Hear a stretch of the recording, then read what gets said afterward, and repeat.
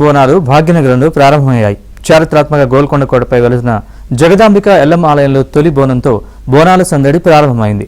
తెలంగాణ సంస్కృతికి అస్తిత్వానికి ప్రతీకగా నిలిచే బోనాల పండుగ సందర్భంగా గోల్కొండ జగదాంబిక మహంకాళి ఎల్లమ్మ తల్లికి తెలంగాణ జాగృతి అధ్యక్షురాలు బీఆర్ఎస్ ఎమ్మెల్సీ కవిత బోనం సమర్పించారు.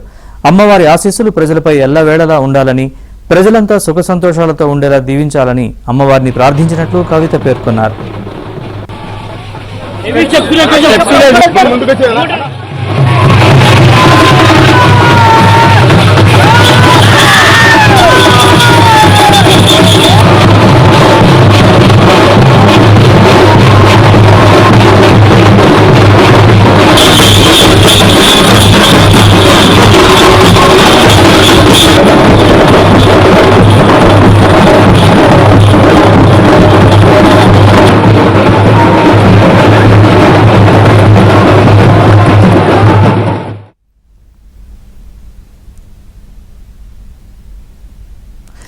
ఇంద్రకీలాద్రి అమ్మవారి ఆలయంలో ఆషాఢ మాసం సారె ఘనంగా ప్రారంభమైంది. తొలి రోజు ఈవో సీనానాయక్ దంపతుల చేతుల మీదుగా అమ్మవారికి ఆషాఢ మాసం సారె సమర్పించారు.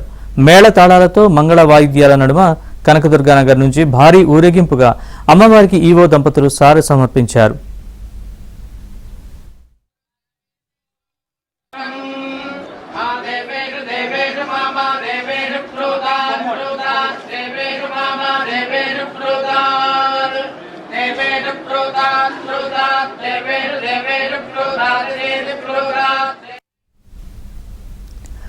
వారాహి నవరాత్రుల్లో భాగంగా అమ్మవారికి పసుపు, కుంకుమ, పువ్వులు, గాజులు, చలిమిడి, చీర, జాకెట్ను అమ్మవారికి సమర్పించడం జరిగింది.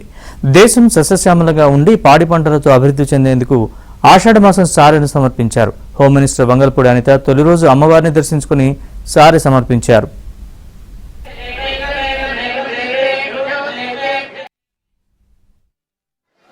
ఇరవై 24వ తారీఖు దాకా ఈ యొక్క పవిత్ర సారే సమర్పణ, ఆషాఢ మాస సారే సమర్పణ కార్యక్రమం జరుగుతుంది. ఇందులో భాగంగానే ఈ రోజు నుంచి కూడా మనకు వారాహి నవరాత్రులు అనేది జూలై 4వ తారీఖు దాకా, అంటే ఈ 9 రోజులు కూడా జరుగుతుంది.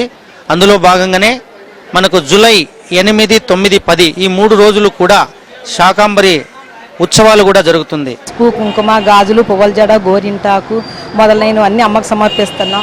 ఎందుకంటే కరువు కాటకాలు ఏమీ ఉండకూడదు, ప్రజలందరూ సుభిక్షంగా ఉండాలి. ఈ వర్షాకాలం వస్తుంది, దీనిలో రోగాలు మళ్ళీ వరదలు అలాంటివి ఏమీ రాకుండా ప్రజలందరూ సుభిక్షంగా ఉండాలని, అమ్మవారి ఆశీస్సులు అందరికీ ఉండాలని కోరుకుంటున్నాను. ఆషాఢ మాసంలో ఆషాఢ సారి తీసుకొని వస్తారు. అదే తెలంగాణలో అయితే బోనాలు, ఆంధ్రాలో అయితే ఆషాఢము. బోనం అంటే అప్పుడు ప్లేగ్ వ్యాధి వచ్చింది కాబట్టి అమ్మవారికి బోనం సమర్పించటం వలన అక్కడ ప్లేగ్ వ్యాధి అంతా తగ్గిపోయింది కాబట్టి తెలంగాణలో బోనం ఎత్తుతారు ఈ ఆషాఢ మాసంలో. ఈ ఆంధ్రాలో సారె తీసుకొచ్చి అమ్మవారికి ప్రీతికరమైన పదార్థాలన్నిటితోటి మనం ఈ ఆషాఢ సారి తీసుకొచ్చి అమ్మవారి కృపకు